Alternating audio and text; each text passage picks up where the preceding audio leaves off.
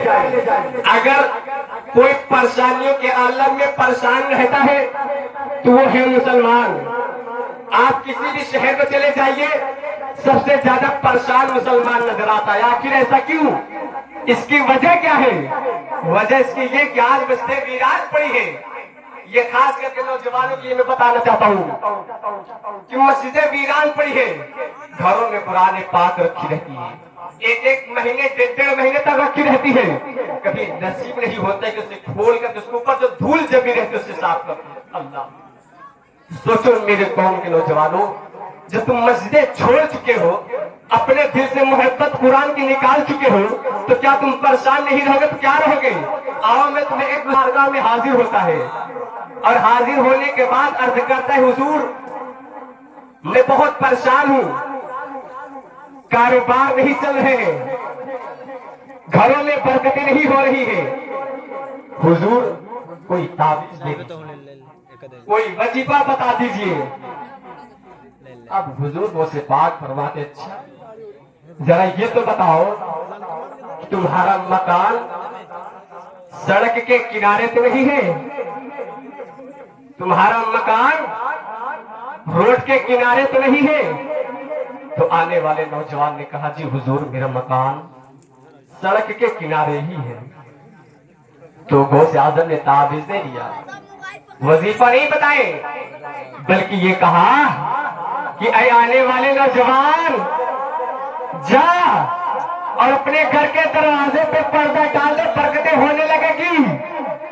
اب نوجوان پریشان کہ میں اتنی دور سے چل کر کے حضور کی بارگاہ میں آیا تعویذ لینے کے لیے, وظیفہ پوچھنے کے لیے, لیکن حضور نہ تعویذ دیے نہ وظیفہ بتائے, اور کہہ رہے کہ گھر کے دروازے پہ پردہ ڈال دو برکتیں ہونے لگے گی. اب وہ نوجوان وہاں سے واپس ہوا, واپس ہونے کے بعد گیا گھر پہ پہنچنے کے بعد گھر کے دروازے پہ پردہ ڈال دیا.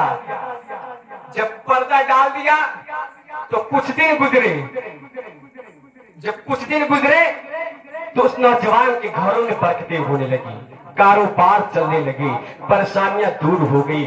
اب وہ نوجوان اتنا خوش ہوا, اتنا خوش ہوا کہ پھولے نہ سمائے. اللہ اکبر, وہ کچھ تحفہ اور نذرانہ لے کر کے حضور غوث اعظم کی بارگاہ میں حاضر ہوتا ہے اور کہتا ہے حضور یہ تحفہ ہماری طرف سے قبول فرما لیجیے, لیکن حضور مجھے ایک بات سمجھ نہیں آ رہی ہے. اس دن میں کل آپ کی بارگاہ میں دور سے چل کر کے آیا تھا آپ سے تعویذ لینے کے لیے, وظیفہ پوچھنے کے لیے, لیکن حضور آپ نے نہ تعویذ دیا ہے نہ وظیفہ بتایا ہے. آپ نے کہا کہ گھر کے دروازے پہ پردہ ڈال دو برکتیں ہونے لگے گی. حضور آخر اس پردے کے پیچھے راز کیا ہے؟ تو غوث اعظم نے فرمایا, عبدالقادر نے فرمایا, اے آنے والے نوجوان تو اس پردے کے پیچھے راز کو جاننا چاہتا ہے؟ تو نوجوان نے کہا ہاں ہاں میں اس پردے کے پیچھے راز جاننا چاہتا ہوں. تو غوث اعظم نے کہا اچھا لو سنو, پھر میں نے اس لیے کہا تمہیں کہ گھر کے دروازے پہ پردہ ڈال دو برکتیں ہونے لگے گی, اس لیے کہ تمہارا مکان سڑک کے کنارے ہے, تمہارا مکان روڈ کے کنارے ہے.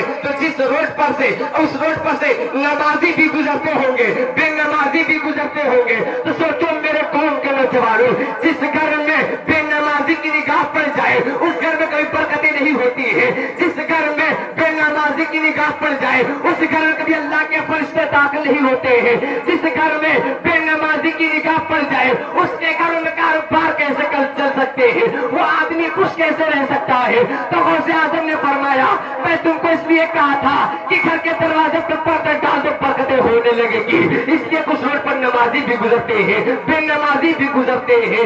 اللہ اکبر. تو سوچو میرے قوم کے نوجوانوں, جب کسی راستے سے گزرنے والے نمازی کا عالم یہ ہے, جب کسی روڈ سے گزرنے والے نمازی کا عالم یہ ہے, تو جس گھر میں بے نمازی رہتے ہوں گے اس گھر میں کیسے برکتیں ہو سکتی ہیں, اس گھر میں کیسے اللہ کے فرشتے داخل ہو سکتے ہیں؟ اے میرے قوم کے نوجوانوں سنو, اگر تم یہ چاہتے ہو میں یہاں بھی خوش رہوں آخرت میں بھی خوش رہوں, یہاں کے لوگوں کو بھی راضی کر لوں, اللہ والا آخرت کے دن اور اللہ کو بھی رضا حاصل کر لوں, تو میرے قوم کے نوجوانوں تم نماز پڑھنا شروع کر دو,